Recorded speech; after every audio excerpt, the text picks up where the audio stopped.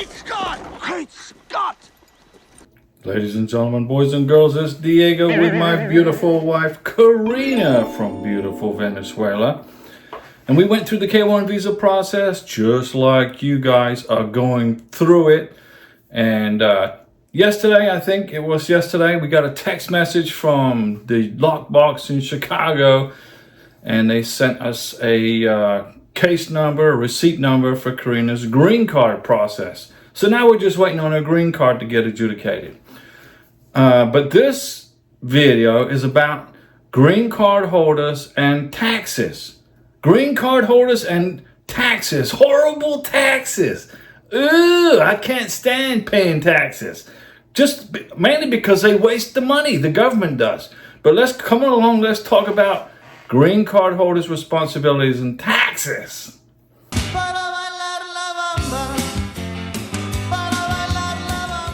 Now, if you're a new person to the United States of America and you're waiting on your green card or you just got your green card, let's talk a little bit about American history and our Constitution, okay? Because you now fall under the U.S. Constitution and you have lots and lots of rights as a green card holder. The 16th Amendment to the U.S. Constitution says, the Congress shall have power to lay and collect taxes on incomes from whatever source derived without apportionment among the several states and without regard to any census or numeration. That means that the U.S. government can take your money from the money that you make from your income. Okay? Well, how did this start? Well, the financial requirements of the U.S. Civil War prompted the first American income tax in 1861. So we had the North and the South fighting each other. And in order to fund this war, I'm pretty sure that the Union side just said, let's tax people so we can pay for this. All right. And then at the first Congress, they placed a 3% tax on all incomes over $800. And they later modified this to principle to include a graduated tax, which means the harder you work, the more money you make, the more you're going to get taxed. Okay, that's what that means. Congress repealed this income tax in 1872. They got rid of it. They said, nah, this isn't good. You can't take the people's money from their income. But the concept didn't disappear, and it came back like a bad penny and was passed by the Congress on July 9th, 1909. So on July 2nd, 1909, the Congress said, okay, let's start taxing people on their income. And it was ratified on February 3rd, 1913, which created the 16th Amendment, which gave the Congress the right to impose a federal income tax on your income, Mr. American citizen, and you, Mr. Green Card holder or Mrs. Green Card holder. So now let's talk about the green card holder's responsibilities to declare their global income to the Internal Revenue Service, the IRS. You are no different, Mr. Green Card holder, Miss Green Card holder, and your obligations are equal to that of U.S. citizens. And it doesn't matter where you live. You can be a green card holder and you can live in Hawaii or Texas, California, Florida, wherever it is. The federal government's going to come after your income and they're going to tax you. Okay? You got it? Now, as a green card holder, that means you are a permanent resident of the United States, right? You live in America. But let's suppose you also are a green card holder and you have like a house in, I don't know, let's say the Philippines or India or Australia or England, okay?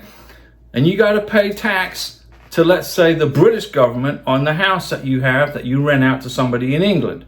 And you get income coming in from that rental property, okay? Green card holders can avoid, they can use the foreign tax credit and the foreign earned income exclusion benefit, okay, to try to reduce your tax burden when you pay your taxes in the United States of America. But it is your responsibility as a green card holder to report and pay taxes on your total worldwide income. And this responsibility does not end even if your green card expires. Let's suppose you forgot to renew your 10-year green card. It went out, it expired. Oh well. But you still got to pay taxes to the U.S. government. Okay? The only way you can get out of paying taxes to the U.S. government is if you go take your green card and you turn it in and say, I don't want it anymore, I'm relinquishing it. And then you go back to your home country and you have a nice life and you never come back to the United States. That's the only way you can get out of it, okay? If you don't pay your taxes, Mr. Green Card, Miss Green Card holder, you can have severe penalties put on you, and that may even impact your immigration status also.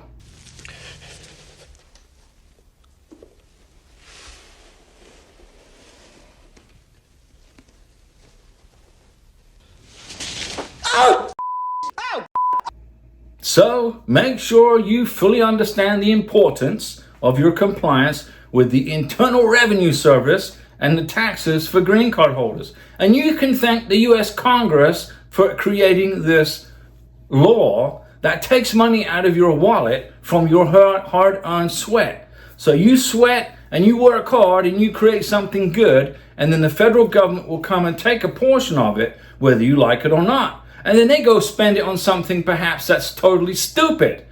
You know, like they'll study the mating life of the salamander in the Okowoji swamps, or whatever they spend your money on. Remember, once you receive your green card, you are automatically considered a U.S. tax resident from that day. When Karina gets her green card, that day she gets it. Hopefully we get it in the mail. We don't have to go to another scary visa interview. Then she becomes a tax resident, okay? Now, you don't want to put yourself in a situation where your green card may be in jeopardy because of a position you take on your tax return. So make sure you file your taxes every year to Uncle Sam. Make sure you file jointly if you are a married, you came in on a K-1, you get married to an American, file jointly. That will reduce your tax burden to Uncle Sam. But either way, you have to file your taxes as a green card holder. I'm not an immigration attorney. I don't give you any legal advice. I don't work for the government. I don't work for USCIS. I don't work for the State Department. I don't work for any embassies. But I got 9 years experience in processing green cards, K-1 visas, spousal visas, and tourist visas. Any other visa, don't ask me about. I couldn't tell you. All right? I do a live stream Mondays, Wednesdays, and Saturdays at 6 p.m. Central Time, and we will be here for you to answer your questions for free. It don't cost you a penny to watch us, right? The videos are free, and the live stream is free. Join us at the live stream, and stay patient during this process. Thanks for watching. Okay, I'll talk to you later. See you later. Bye.